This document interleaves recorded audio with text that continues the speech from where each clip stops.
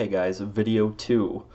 So today I want to talk about something that I've been working on with a friend of mine. He's a really good friend of mine. He's sort of this short, nondescript, bald Mexican dude. He's a fierce son of a bitch. He's trying to join special forces, so he's been doing a lot of really specific, specialized training. It's really crazy stuff. But I've been thinking a lot about something that I can do to offer people on the internet.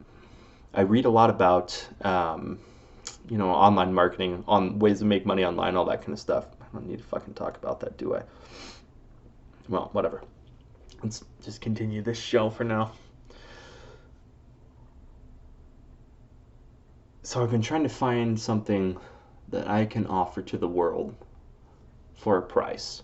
And I think I've found it. And that thing is how to not be a bitch.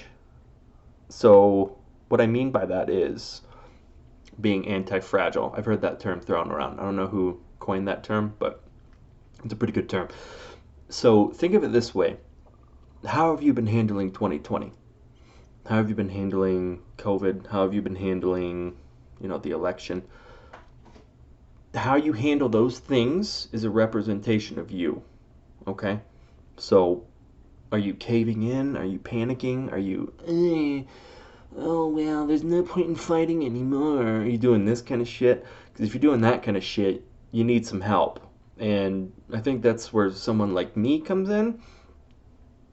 I'm all the esoteric, abstract bullshit on Twitter is fascinating. Don't get me wrong, right? Just bear with me here. I'm smart enough to grasp that stuff and wrestle with that stuff. But at the end of the day, if you're still a bitch, it doesn't mean anything. So what I want people to not be so fragile. I don't want people to just give up. I want people to have a strong spirit. I want people to be like fucking David Goggins, right? Maybe not that intense, but that's what I want people to be. And I feel like that is something that I can provide. I've actually been experimenting with this with my friend. And I actually went swimming today for the first time in God knows how long. It's been like 20 years since I was swimming. Kicked my ass, man. It was amazing. But I swallowed some pool water too. I don't feel so good, but it's all good. Fuck, I lost my train of thought. Yeah, so I've been working on this stuff. Because if you to briefly go into my history and my childhood and my upbringing, I was raised to be a little rat fuck, like a lot of you are out there. No offense, but if you're a little fucking rat boy, then you're a fucking rat boy. So that's how I was raised. I was conditioned to be a coward, run away from everything, don't ever fight, just give up, just roll over, just all that kind of shit. And I've broken that, I mean, it's not perfect, but I'm developing and I keep pushing myself in that direction. And I know the things in my mind that have worked best for me. And I kind of want to translate that to other people. And I think I can. I think I can actually give you guys something like a physical, this is physical, right? This isn't some fucking mindset thing or some goddamn platitude or anything like that. This would be like a physical, you're doing something at a gym. You'd be doing it with a friend. The intense shit anyways, you'd be doing it with a friend. Or outside, whatever, right? There's basically two parts of it. One is just learning how to fight. So it could be anything really, but what I did boxing, so that's what I would be teaching basically. And the second one is swimming. Oddly enough, there's a regimen that all special ops, United States special ops, have to go through, and it's fucking nuts, man.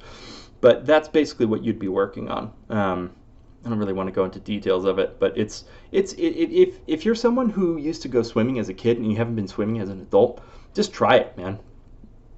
Seriously, find a like relatively long pool. If you, I don't know if all, Choose Fitness, I don't even know how big they are. I don't know if they're even out of state, to be honest, but whatever. Um, Choose Fitness is incredibly inexpensive, and it has an Olympic-sized pool. It's great temperature. You can just play around in it for hours and hours and hours.